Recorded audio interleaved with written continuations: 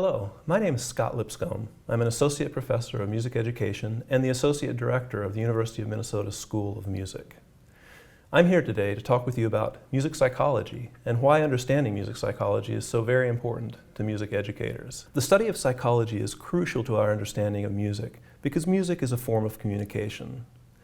There was a wonderful model of music communication proposed by Kendall and Carteret in 1990. And if we look at that model, you'll see that they propose that three individuals or groups of individuals are involved in this in Western art music. And that tends to be a composer, a performer or group of performers, and a listener or group of listeners. In these cases, information is communicated between the composer and the performer, often through musical notation. The information from the performer to the listener involves the process of molecular vibration, vibrating a string, causing the air molecules to vibrate in tandem, and then setting off the sensory organ in the ear, the auditory organ in the ear, which then triggers electrical impulses in the brain. We go into a lot of detail in my class talking about that. Right now, I just kind of like to leave it at that. But the idea of communication is crucial. Because communication is crucial, we have to understand how the mind takes information and creates meaning out of that information. Roger Kendall and Ed Carteret proposed a very interesting model of music communication involving a composer, performer, and a listener. Each of these individuals, or groups of individuals in some cases, have certain shared understanding and other understanding that's individually specific. As we consider the cognitive processing of musical sound, psychology plays a very important role. And one type of psychology that emerged in the late 19th and early 20th century was Gestalt Psychology. In 1890, Christian von Ehrenfels laid a foundation, a philosophical foundation for this position. And in the early 20th century, students of Karl Stumpf, Kafka, Wertheimer, and Köhler took this to a new level. Their early research involved visual perception, not auditory perception, but we've since learned that these principles that they proposed hold true both for visual and audio perception. If we truly oversimplify the idea of Gestalt psychology, it's the idea that the whole, or the total experience, is greater than the sum of its parts. And in fact, that's what the principles of Gestalt psychology help us to delineate. The concept of a gestalt can be simplified as the whole. In other words, the whole being greater than the sum of its parts. And one of the aspects that these psychologists did was try to figure out what are the principles behind our perception. And so they began laying out specific things that happen in the communication process.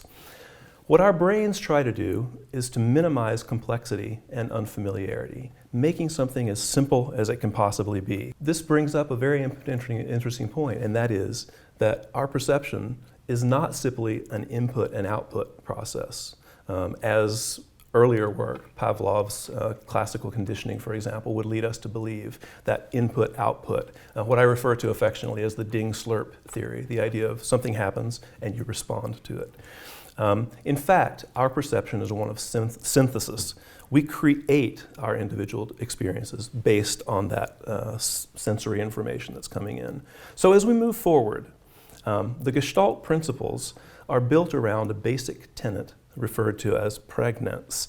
And that's basically this idea of taking complexity, taking something that's unfamiliar, and imposing order on that. Some of the ways that this happens is through the principle of proximity. Those things that are close together seem to belong together. So think in terms of musical pitch. Those frequencies that are close to one another are considered to be part of the same group. Things that are similar, the principle of similarity, objects that retain some kind of similarity. So for example, instrumental timbres, sounds that come from a specific instrumental timbre tend to belong together as we perceive them. Closure is another principle, the idea that we want things to come to a meaningful conclusion. And in fact, if you look at a circle that has a little section of it missing, often we don't even notice that that's missing. And so moving forward, the idea of symmetry is very important. We want to see things as symmetrical. So even in chaotic random dots, we impose an order that imposes some sense of symmetry on that. And finally, there are about 3 more, but I'll stop with this one as we move forward, the idea of common fate, moving in the same direction. Objects with the same trajectory seem to belong together. And I'll give you some examples of that right now. I'd like to show you some visual examples. So if you look at this slide, you'll notice that there are a collection of letters. There are several randomly selected distractor letters, and mixed in amongst them is a word. I'd like you to try to pick it out. I'll give you 5 seconds. What's the hidden word? Now I'm going to make it much easier for you. When I click this button, you'll see an animation occur. And 2 things happened. As the letters move, common fate, the principle of common fate, was in operation. Now that they're apart, melody is separate from the letters for distractors. So that space, that proximity of the letters in melody and the proximity of the letters in distractor allow you to separate those into 2 separate groups. And that when I return them, even though you know the word, you have the schema in your mind for the word melody, it's very difficult to pull it out from the slide. We can also use the process of similarity. And you'll notice here that I've changed the text so that it's red, and you can easily read still the word melody in those contexts. So visually, yes, you can say, I see that happening, but what does that mean to music perception? There was some fascinating work done by Al Bregman during the 70s, 80s, and 90s on an area called auditory scene analysis, trying to understand what allows us to hear different conversations in a room, specifically in a cocktail party. He was interested. Why can we follow multiple conversations at one time? How does it allow that to happen? So he shortly came to these principles of Gestalt psychology as a means of discrimination. So I'm going to play a musical example for you. This one also deals with proximity. I'm going to play you a series of tones. There are, again, like the letters, distractor tones, but there's also a very familiar melody hidden in this particular example. So I'll play the first example, and I'm asking you to pick out a hidden melody.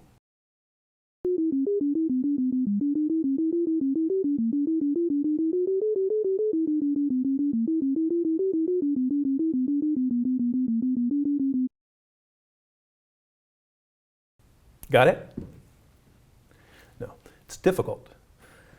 What I'm going to do now is take the melody and bump it up 2 semitones. So we're beginning to separate it out. Same exact distractor tones.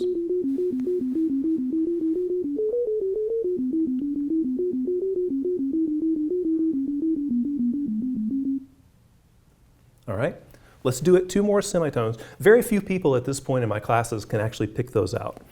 So we're going to now raise it 2 more semitones.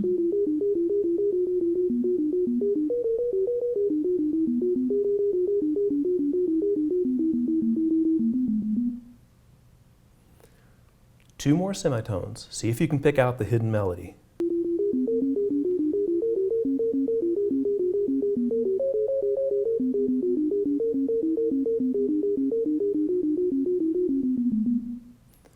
On that example, I begin to see some lights go off in my classes. Some students are hearing it, but not everyone. So I'm going to do 2 more. At this point, from where we started, we've raised the melody by 8 semitones. See if you can hear the melody.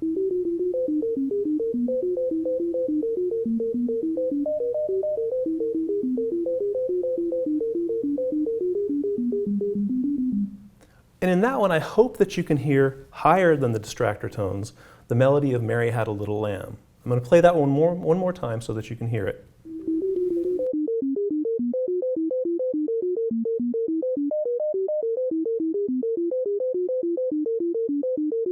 Did you hear it? So by separating the melody out, by keeping those pitches that were in the melody farther apart than those of the distractor tones, we're able to group the melody separate from the distractor tones. Okay, so what does that mean about music? Sure, I hear in the tones that separating things makes me hear one melody separate from another. Okay, proximity matters. What does this mean when we listen to actual music in the concert hall? Well, there's a wonderful example in Tchaikovsky's Sixth Symphony, the opening of the 4th movement, where he does something very interesting with the melody. I'd like you to listen first to the full orchestra playing that opening couple of lines.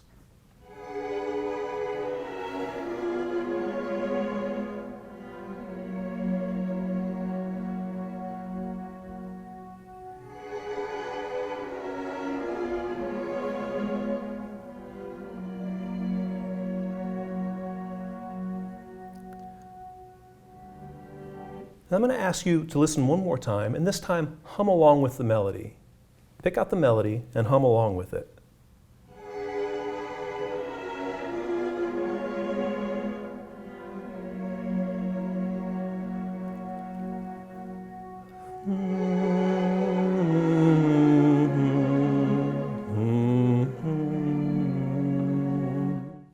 The melody that you just sang doesn't exist anywhere in the notation. And in fact, I'm going to play for you the first violin part separate from the second violin part, and then I'll combine them together. The first violins are playing the following.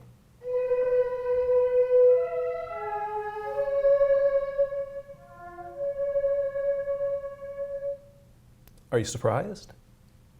The second violins are playing this.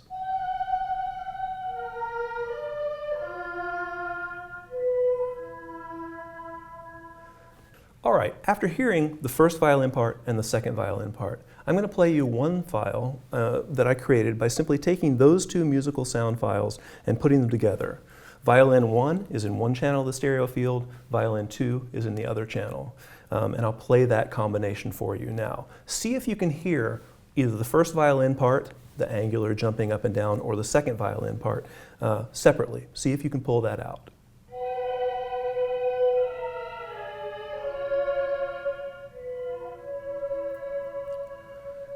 Most people, 99.9% in my class, have a great deal of difficulty hearing those parts. In fact, our perception so pushes us towards hearing that meaningful melodic line instead of the jumping around because your brain says, wait a minute, that can't possibly be what Tchaikovsky meant to do. This melody makes a lot more sense. So you take the first note of the first violin part, the second note of the second violin part, the third note of the first violin part, and create a descending melody instead of hearing the two parts jumping back and forth. If you look at the screen now, you'll see the notation as it appears in the score.